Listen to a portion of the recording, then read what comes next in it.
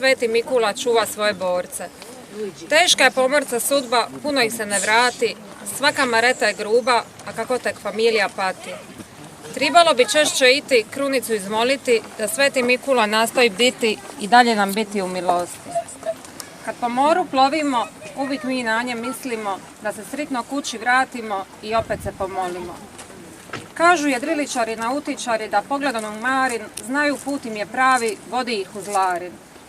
Na vrhu Marna svitlo, Sveti Mikula je put, ajde digni Idro, zvizde svitle odasvud.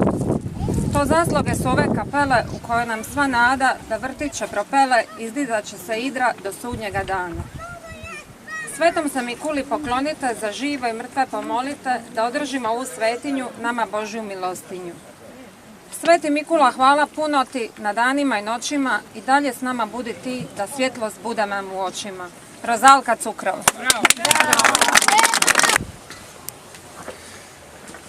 Evo neka svima koji prolaze kraj ove kapelice, da li po kraju ili po moru, i navečer će svijetliti kao simbol božanskog svjetla i neka bude Sveti Mikula kako do sada, tako i od sada zaštitnik. U ime Oca i Sina i Duha Svetoga. Amen. I u slasti i u zdravlje ovo. Nemojte da ostane ovo što su oni donijeli i potrudili se. Svita moja, daj, razparani gača.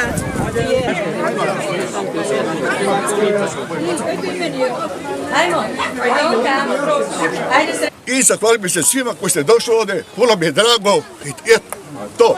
I sad ću, neću plakat, nemojte.